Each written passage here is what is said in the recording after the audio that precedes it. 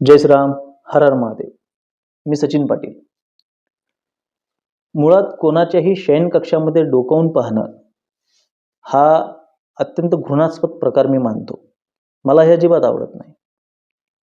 कोण त्याच्या व्यक्तिगत जीवनामध्ये कसा वागतोय, कशा पद्धतीने तो त्याचं जीवन जगतोय, जीवनयापन करतोय, हा संपूर्णतः त्या व्यक्तीचा व्यक्तिगत भाग आहे त्याच्या जीवनाचा. मी माझ्या चरित्राबद्दल किंवा माझ्या स्वतःच्या जीवनाबद्दल आणि माझ्या जीवनातल्या अनुशासनाबद्दल मी जे काय ते करू शकतो. मी जास्तीत जास्त लोकांना हे सांगू शकतो, त्यांना सल्ला देऊ शकतो आणि अधिकार असेल तर उपदेश करू शकतो. अन्यथा मी माझे विचार कोणावरही लादू शकत नाही. पण हे असूनही दीपिका पदुकोण ही जी अभिनेत्री आहे, ती तिच्या शोवर आली, तिच्या नेत्याच्या किंवा तिच्या जे काही XYZ करण जोहरच्या, जो हा कॉफी विथ करण नावाचा शो आहे, तो का बनलाय हे देवालाच माहीत. पण असंही नाही, हे आपल्याला सुद्धा माहीत आहे की तो शो का बनलाय. ज्या पद्धतीने मी नेहमी म्हणत असतो की माझ्या समाजाच्या मनोरंजनाचा दर्जा स्तर इतका खालावलेला आहे, इतकं चीप एंटरटेनमेंट, इतकं हलक्या दर्जाचं मनोरंजन माझा समाज घ्यायला लागलेला आहे की त्याला साजेसे शोज आता बनायला लागलेले आहेत. हा बरेच दिवसाचा शो चालू आहे कॉफी विथ करण नावाचा. त्यावर वेगवेगळे आपल्याला वक्तव्य ऐकायला भेटतात, वेगवेगळ्या पद्धतीची लोक तिथे येतात आणि कल्चरला घोडा लावून जातात भारताच्या. इथं मी कल्चरवर लेक्चर द्यायला आलेलो नाही आहे. जसं मी बोललोय की बाबा हे दीपिका पादुकोणचा व्यक्तिगत निर्णय आहे. तिने किती लोकांसोबत रतिक्रीडा करावी, किती लोकांसोबत प्रणय करावा, किती लोकांसोबत प्रेम तिने करावं. ज्या पद्धतीने थोर समाजसेविका नेहाताई धुपिया त्या एका सामाजिक कार्यक्रमामध्ये MTV रोडीजमध्ये बोलल्या की इट्स हर चॉईस. त्याच पद्धतीने एखाद्या मुलीने किती लोकांसोबत झोपावं किंवा रात्रभर जागी राहावं, इट्स हर चॉईस. त्याच्याशी आपल्याला काही सुतक नाही आहे. पण ह्या तिच्या व्यक्तिगत जीवनामध्ये हे जे तिला स्वातंत्र्य दिलंय संविधानाने, आजच्या तथाकथित ह्या वोकिझमने, फेमिनिझमने, हे जे ती जागृत झालेली आहे स्त्री JNU मध्ये चक्रा मारून, आणि ही जागृत स्त्री हे काहीही करू शकते. वो स्त्री है कुछ भी कर सकती है. त्या पद्धतीने ती कितीही लोकांसोबत संबंध ठेवू शकते. पण याच्या मुळाशी जाणं आपल्याला गरजेचं आहे की जेव्हा तुम्ही एक पब्लिक फिगर आहात, जेव्हा तुम्ही समाजामध्ये वावरत आहात आणि आमचे हजारो तरुण तरुणी दुर्दैवाने का असेना तुम्हाला आदर्श समजतात, तुमच्या पावलावर पाऊल ठेवतात, तेव्हा तुम्ही जेव्हा हा आदर्श त्यांच्या पुढे घालून देता की मल्टिपल पार्टनर्स, फ्री सेक्स, अशा ज्या कन्सेप्ट तुम्ही त्या तरुण तरुण्यांच्या डोक्यामध्ये घालता, तर आपली या समाजाच्या प्रती एवढीच जबाबदारी आहे का हे बघणं गरजेचं आहे. जसं मी म्हटलं की या समस्येच्या मुळाशी जाणं गरजेचं आहे. म्हणजे नेमकं काय करणं गरजेचं आहे, तर याचं एक उदाहरण तुम्हाला देतो. कोणतीही गोष्ट जितकी साधी किंवा सरळ दिसते डोळ्याने, अरे हे तिचं चॉईस आहे, ते करती आहे, तमाशा बघून कधी समाज सुधारला नाही, कीर्तन बिघडला नाही आणि कीर्तनाने कधी समाज सुधारला नाही, वगैरे वगैरे, हे डायलॉग्स आपण भरपूर ऐकतो, हे संवाद आपण भरपूर ऐकतो की कोणाच्या बोलल्याने काही फरक पडत नाही. पण खरंच अशी गोष्ट असते का? आज आपण नकळत फक्त नॅरेटिव्हमध्ये जगतोय, नकळत आपण दुसऱ्याच्या हातातलं बाऊलं झालोय, हे किती लोकांच्या लक्षात येतं? एक उदाहरण जे मी वारंवार देत असतो की उष्णकटिबंधीय प्रदेशात राहणारे किंवा आपल्या देशात ज्या पद्धतीचं वातावरण आहे अशा वातावरणात राहणारे आपण लोक घरामध्ये गाडीत AC लावून बसतो तरी सुद्धा आपण 3 पीस घालतो. म्हणजे त्या लोकांनी जो ड्रेस बनवलेला आहे त्यांच्या वातावरणानुसार ते त्यांचं कल्चर झालं. पण आज आम्ही पाश्चिमात्यांच्या अंधाधुंद अनुकरणामध्ये हे विसरून गेलोय की आमचा घाम बुडात उतरतोय तरी सुद्धा आम्हाला तोच पोशाख आम्हाला घालायचा आहे. हा मूर्खपणा जेव्हा आमचं कल्चर बनून बसलाय, हा मूर्खपणा जेव्हा आधुनिकतेचं द्योतक बनून बसलाय, आमच्या आधुनिकतेचे मापदंड बनून बसलाय, अशा कित्येक गोष्टी आपल्याला नकळतपणे लादल्या गेलेल्या आहेत. स्त्री स्वातंत्र्याच्या नावाखाली स्त्री स्वैराचार जेव्हा आपल्या देशामध्ये असं थैमान घालेल तेव्हा कोणाचा फायदा आहे, त्याच्यातून काय साध्य होणार आहे, हे बघणं आपलं कर्तव्य नाही, हे बघणं आपलं काम नाही. जसं की एक लेखिका वैशाली करमकर यांचं एक रील बघत होतो मी, योगायोगानं ते मला आलं, आणि त्यांनी स्मोकिंगच्या बाबतीत एक गोष्ट सांगितली जी माझ्या मनाला फार लागली, म्हणजे ती गोष्ट मला अपील झाली. ती अशी होती की अमेरिकेसारख्या देशामध्ये जिथे खूप जास्त रेव्हेन्यू तंबाखूच्या द्वारे जनरेट केला जातो, खूप जास्त महसूल त्याच्यातून मिळतो, तंबाखूच्या शेतीतून किंवा तंबाखूच्या उत्पादनातून, पुरुषच फक्त तंबाखू ओढायचे आणि त्यामुळे अमेरिकेच्या सारख्या देशाच्या स्त्रियांनी सुद्धा तंबाखूकडे आकर्षित व्हावं, तंबाखू ओढायला लागावं आणि आपला आपला कस्टमर वाढावा, आपला कन्झ्युमर वाढावा, आपले ग्राहक वाढावे, यासाठी त्या कंपनीने एक शक्कल लढवली. आणि ती शक्कल अशी होती की तेच आपण ज्याला म्हणतो की बाबा हे पुरुषसत्ताक समाज आहे. या पुरुषसत्ताक समाजाने कायमस्वरूपी स्त्रियांना दाबून ठेवलेलं आहे. अशा पद्धतीचं त्यांनी कॅम्पेनिंग, अशा पद्धतीचा प्रचार सुरू केला. पुरुषाच्या खांद्याला खांदा जर का तुम्हाला लावून चालायचं आहे, जर का तुम्हाला पुरुषाची बरोबरी करायची आहे, पहिले तर त्यांनी हा संघर्ष निर्माण केला, स्त्री पुरुष संघर्ष, की पुरुष स्त्रियांना दाबतोय किंवा स्त्रियासुद्धा पुरुषांच्या बरोबरीत आहेत आणि तुम्हाला पुरुषाच्या वर्चस्वाला झुगारून टाकायचं आहे. आणि त्यानंतर स्त्रियांच्या मनामध्ये ती गोष्ट भरायला सुरुवात केली आणि सोबतच सिगारेट ओढल्याने भूक कमी लागते, भूक कमी लागल्याने आहार पोटात कमी जातो आणि त्यामुळे तुम्ही मेंटेन राहता, तुमची फिगर मेंटेन राहते. अशा पद्धतीचं कॅम्पेन थ्रूआउट अमेरिका करण्यात आलं. आणि त्यानंतर स्मोकिंग हा इतका पॉप्युलर झाला, स्मोकिंग हे कल्चर इतकं पॉप्युलर झालं तिथल्या स्त्रियांमध्ये आणि ते स्त्री स्वातंत्र्याचं द्योतक, स्त्री स्वातंत्र्याचं प्रतीक म्हणून पुढे आलं.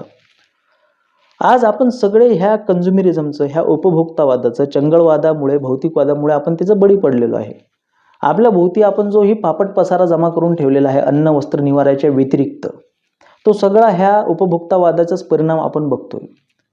भारतासारख्या देशामध्ये जिथे इथलं कल्चर, जिथे इथली संस्कृती घट्ट पाय रोवून बसलेली आहे, त्या देशाचं कल्चर उपटून फेकल्याशिवाय बऱ्याच लोकांचं इस्पित साध्य होणार नाही. ते साम्यवादी लोकांचं होणार नाही, ते समाजवादी लोकांचं होणार नाही, ते पाश्चिमात्यांचं होणार नाही, ते इस्लामचं होणार नाही. प्रत्येकाची धाव जी आहे ती आपल्या कल्चरवर आहे, ती आपल्या इथल्या संस्कृतीवर आहे. प्रत्येकाला इथल्या संस्कृतीलाच नावं ठेवायची आहेत. प्रत्येकाला इथल्या संस्कृतीचं एक तर विकृतीकरण करायचं आहे, विद्रुपीकरण करायचं आहे, त्याला बदलायचं आहे किंवा त्याला संपवायचं आहे. ह्या प्रकारांमध्ये सुद्धा जेव्हा मी त्या दीपिका पदुकोणच्या तशा पद्धतीचे जेव्हा मी व्हिडिओ बघितले, त्याच्या खालच्या जेव्हा मी कमेंट बघत होतो, त्या कमेंटमध्ये सुद्धा इट्स हर चॉईस किंवा हा व्यक्तिगत तिचा निर्णय आहे. सोबतच मला अशा पद्धतीच्या कमेंट दिसल्या की तिथे द्रौपदीचा उल्लेख करण्यात आला. मला माहिती आहे की माझ्या या व्हिडिओच्या खाली सुद्धा कोणतरी शहाणा येऊन, म्हणजे आजकाल संशोधक भरपूर झालेले आहेत आणि हे वैज्ञानिक काय करतात, संशोधक हे वैज्ञानिक आहेत, हे नासाच्या पुढची स्टेज आहे यांची, नासासुद्धा यांना घेत नाही. ते म्हणतात की बाबा तुम्हाला दुसऱ्या गॅलेक्सीतच जावं लागेल. तर हे आणि या वैज्ञानिकांची आडनावं फिक्स आहेत, सोनकांबळे, कांबळे, पगारे वगैरे, ह्या आडनावाची जे वैज्ञानिकांची जमात जन्माला आलेली आहे. तर ह्या वैज्ञानिक नेहमी काय करत असतात ना की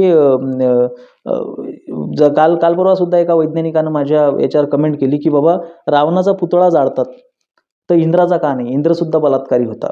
वास्तविक पाहता त्या वैज्ञानिकाच्या प्रश्नाचं खूप समर्पक उत्तर माझ्याकडे आहे, पण त्याच्यासाठी मी ते उत्तर तिथे दिलं. आज आपल्याकडे वेळ नाही.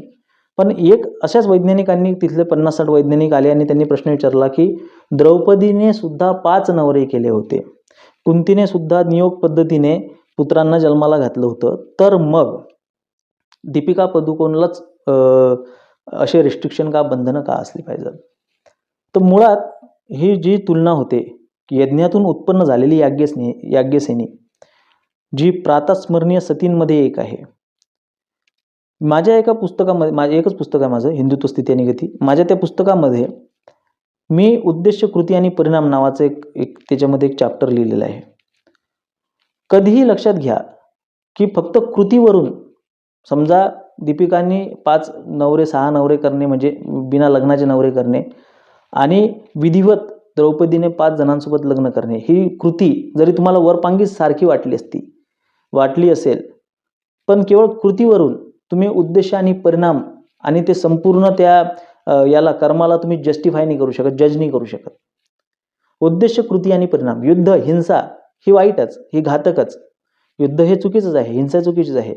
पण त्या युद्धाचे जे उद्देश आहेत ते धर्मस्थापनेची आहेत, त्याचे परिणाम, त्याच्यातून धर्मस्थापना होणार आहे. म्हणून ती हिंसा, ती धर्महिंसा तदैवच, ती धर्महिंसा योग्य आहे.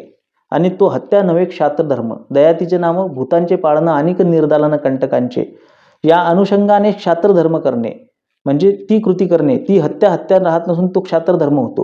ह्या धर्माचे तुम्हाला मौलिक तत्व समजून घ्यावे लागतील.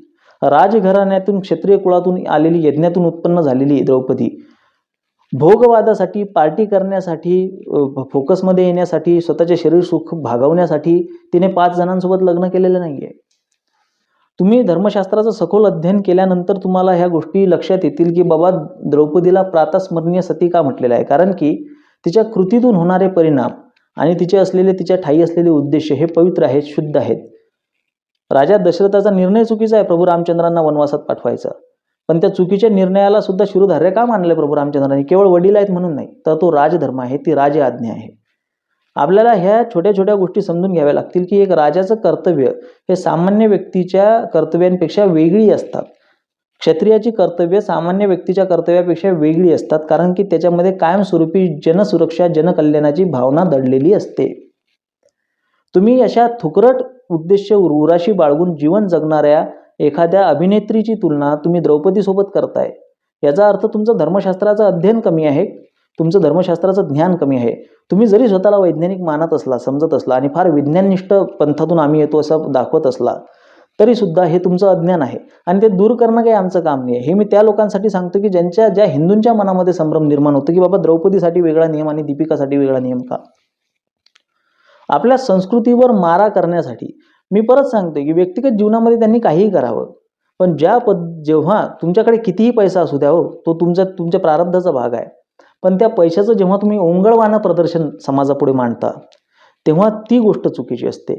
तुमच्याकडे सौंदर्य आहे, तुमच्याकडे रूप आहे, तुम्ही मल्टिपल पार्टनरसोबत तुम्ही जीवन व्यतीत करताय, हा तुमचा व्यक्तिगत भाग आहे, पण जेव्हा तुम्ही त्याचं ओंगळवाणं प्रदर्शन समाजापुढे मांडता आणि प्रवृत्त करता इतरांना सुद्धा तुमच्यासारखं व्यभिचारी जीवन जगण्यासाठी, तर तो गुन्हा आहे, तो अपराध आहे आणि तो सरळ सरळ या संस्कृतीवर केलेला घात आहे. दुर्दैवाची गोष्ट अशी आहे, जी मी वारंवार सांगतोय की ही लोक आमच्या समाजासाठी आदर्श आहेत. दीपिका JNUला गेल्यानंतर तिचं खूप जबरदस्त समर्थन झालं आणि त्याच पद्धतीने मिया खलिफा हिने हमासला पाठिंबा दिला म्हणून तिचं सुद्धा जबरदस्त समर्थन झालं. तुम्ही काय करताय, तुम्ही कुठल्या पद्धतीने पैसा कमावताय किंवा तुम्ही कुठल्या क्षेत्रात आहात, याच्यापेक्षा आज तुम्ही कुठला स्टँड घेताय, या स्टँडनुसार त्याचं समर्थन होतं आणि त्या स्टँडसोबत त्याचे विचारसुद्धा आत्मसात केल्या जातात आमच्या यूथकडून आणि म्हणूनच अशा पद्धतीचे आदर्श आमच्या समाजात उभे केले जात आहेत वारंवार. व्यभिचारी आदर्श, व्यसनी आदर्श, ड्रगिस्ट असतील, व्यभिचारी असतील, अशा पद्धतीची लोक माझ्या देशामध्ये, माझ्या समाजामध्ये तरुणांचा आदर्श म्हणून उभी केल्या जात आहे आणि ही खरी समस्या आहे या कॉफी विथ करण सारख्या शोमधून, अशा शोच्या माध्यमातून. वेळीच सावध होणं हे पालकांचं कर्तव्य आहे, वेळीच सावध होणं हे प्रत्येक जागरूक नागरिकाचं कर्तव्य आहे. धर्मसंस्कार आपल्या घरातून आले पाहिजेत. तुम्ही मुलांना असे शो पाहण्यापासून थांबू शकत नाही, तुम्ही कुठलीच गोष्ट करण्यापासून त्यांना थांबू शकत नाही. म्हणून prevention is better than cure, म्हणून तुम्ही त्यांना एक गोष्ट देऊ शकता. तुम्ही कुठल्या गोष्टीपासून त्यांना थांबवण्यापेक्षा त्यांना गोष्ट देण्यावर तुम्ही भर जर का दिला आणि तुम्ही लहानपणापासून त्यांना जर का धर्मसंस्कार दिले, तुमच्या घरामध्ये जर का गाथेचं, ज्ञानेश्वरीचं तुम्ही वारंवार पारायण केलं किंवा त्याचे उच्चारण जरी केलं, तुम्ही जर का मुलांना नामजपाचं महत्त्व सांगितलं, तुम्ही जर का त्यांना संस्कृतीशी जोडून ठेवलं, त्यांची नाळ जर का संस्कृतीशी जोडून ठेवली, तर भविष्यात नक्कीच या गोष्टी त्यांना अभिमान वाटेल. त्यांना त्यांच्या संस्कृतीचा अभिमान तुम्ही जागरूक केला त्यांच्या मनामध्ये, तर आपला देश टिकेल. या संस्कृतीचा अभिमान सोडलेला नास्तिक हिंदू, आणि मी नास्तिक असलो तरी मी हिंदू आहे, मी संस्कृती मानत नाही तरी मी हिंदू आहे, मी 8 दिवस आंघोळ करत नाही तरी मी हिंदू आहे, मी कपाळाला टिळा लावत नाही तरी मी हिंदू आहे. अरे मग मुसलमानातून तुझ्यात फरक तरी काय आहे? तर हा हिंदू आपल्या काही एक कामाचा नाही आहे. हा तार्किक हिंदू, नास्तिक हिंदू, हा राजकीय पक्ष संघटनांना मुबारक. आज जर आपल्याला धर्म टिकवायचा आहे तर आपल्याला संस्कृतीशी जुळलेलाच हिंदू हवा आणि तोच हिंदू माझ्या देशाचं, माझ्या धर्माचं संरक्षण करू शकतो. माझे विचार पटत असतील तर सहकार्य असू द्या. धन्यवाद. जय श्रीराम. हर हर महादेव.